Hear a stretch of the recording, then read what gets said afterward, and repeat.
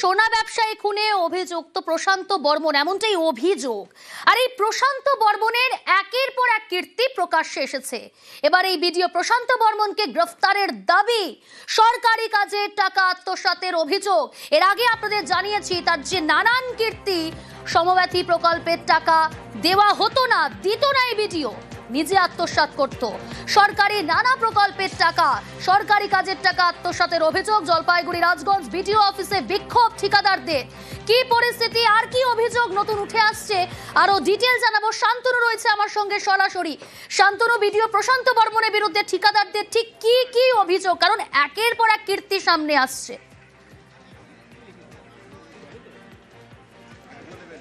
দেখো, সকাল থেকেই কিন্তু ঠিকাদাররা বিক্ষোভ দেখাচ্ছে জলপাইগুড়ি রাজগঞ্জ যে বিডিও অফিস রয়েছে সেখানে। আজকে এখনো সকাল থেকে বিডিও এসে পৌঁছাননি এখানে, কিন্তু সকাল থেকে বিক্ষোভ চলছে। ঠিকাদারদের একটাই বক্তব্য যে তাদের 7 থেকে 8 কোটি টাকা যা আত্মসাৎ করেছেন বিডিও, তাদের অভিযোগ এমনটাই। তাদের বক্তব্য, সরকারি বিভিন্ন প্রকল্পে এই কাজগুলোর জন্য কিন্তু টাকা বরাদ্দ করেছিল সরকার, কিন্তু সেই টাকা কিন্তু অন্য ঠিকাদারদের দেখিয়ে কাজ না করে সেই টাকা আত্মসাৎ করে দিয়েছেন বিডিও, এবং তাদেরও কয়েক কোটি টাকা বাকি রয়েছে। সেই টাকা বিভিন্ন সময় চাইতে গেলে তাদেরকে হুমকির মুখে পড়তে হয়েছে। সেই সব কারণেই কিন্তু আজকে তারা সকাল থেকে কিন্তু বিক্ষোভ শুরু করেছেন বিডিও অফিসে। এখনো বিক্ষোভ চলছে। বিক্ষোভরত ঠিকাদারদের একজনের সাথে কথা বলার চেষ্টা করছি, তারা কি বলছেন শুনে না যাক।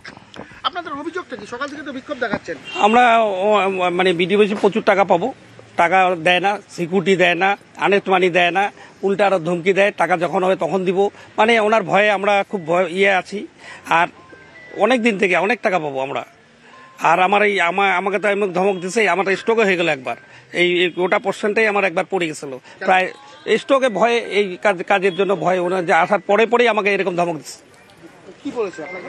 আমার বলছে কাজ যদি তাড়াতাড়ি তুলে, নাহলে না তুলতে পারলে ব্ল্যাক লিস্টেড করবো। আপনি হচ্ছে মানে বেশি এখানে চিৎকার করবেন না। আমাকে যখন বলে যে বিল দিয়ে দিছি, আমাকে একবার বলতেছিল বিল দিয়ে দিছি। আমি কই, আমাকে তো টাকা দেননি। তো বলতেছে ও টাকা দেয়নি। তখন তো এই তো ভয় একের পর এক, তারপরে তো টাকাই দেয় না। আপনাদের অভিযোগটা কি? যে সকাল থেকে তো আপনাকে দেখলাম যে সরব হতে, কারণ আমাদের অভিযোগ উনি অ্যাকচুয়াল আমার যেদিন থেকে এসছে সেদিন থেকেই উনি বলতে গেলে একরকম চুরি শুরু করছে এক কথায়। আমাদের পেটে কাজী চালায়, নিজের পেট ভরা বুদ্ধি করতেছে, আর কোনো কিছু নেই।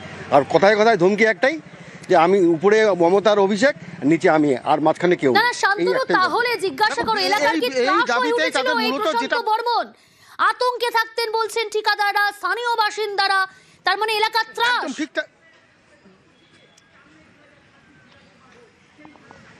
তাহলে কি বলবেন যে উনি একটা ত্রাস হয়ে উঠেছিল? ত্রাস আমাদের ত্রাস, সত্যি বলতে উনি ত্রাস হয়ে গেছিল। কিরকম? যখন উনি কিন্তু সারাদিনে তো ওনাকে অফিসে পাওয়াই যেত না, কোনো কাজের জন্য আমরা যে যাবো ওনাকে পাওয়া যেত না। এমন সময় আসতো, সন্ধ্যাবেলায় আসতো, হয়তো পুরো দারু খেয়ে আসতো, পুরো দারু লোড। তখন ওনার সঙ্গে কী কথা বলতে যাবেন? তখন কথা বলার কোনো জায়গা নেই। আপনার কত ভয় দেখিয়েছিল সরকারি টাকা আত্মসাৎ করেছে আপনি প্রশ্ন তোলাতে? প্রচুর টাকা উনি আত্মসাৎ করেছে। কিন্তু মানে সব থেকে বড় কথা যে আমরা যে ওনার কাছে যাব, যেটা উনিও বললো যে এটা আমাদের একটা এখনো ত্রাস হয়ে গেছে একটা, যে উনি আমাদেরকে মানে এমন কিছু হুমকি, এমন কিছু বলেন যে আমাদের একটা মানে যেটা আমরা শুনেছি, কিছু 1-2জনকেও মানে এরকম বলেছে যে বিনা কারণে ব্ল্যাক লিস্টেড। আরে আমাদের পেপার আছে, এসে আসে। হয়তো মানে আমরা ভয় পাচ্ছি যে কোনো সময় হয়তো যে ঘটনা শুনছি যে উনি মার্ডার করেছে, হয়তো আমরাই ভয় পাচ্ছি কোনদিন হয়তো আমাদেরকে কোথায় হয়তো মার্ডার করে দিতে পারে। এখন সেটা চিন্তা করছি। এবং সাথে ওনার বাউন্সার মুখে কুলু পেটেছেন, তাদেরকে হুমকি দেওয়া হয়েছে, এই অভিযোগ করছেন ঠিকাদাররা।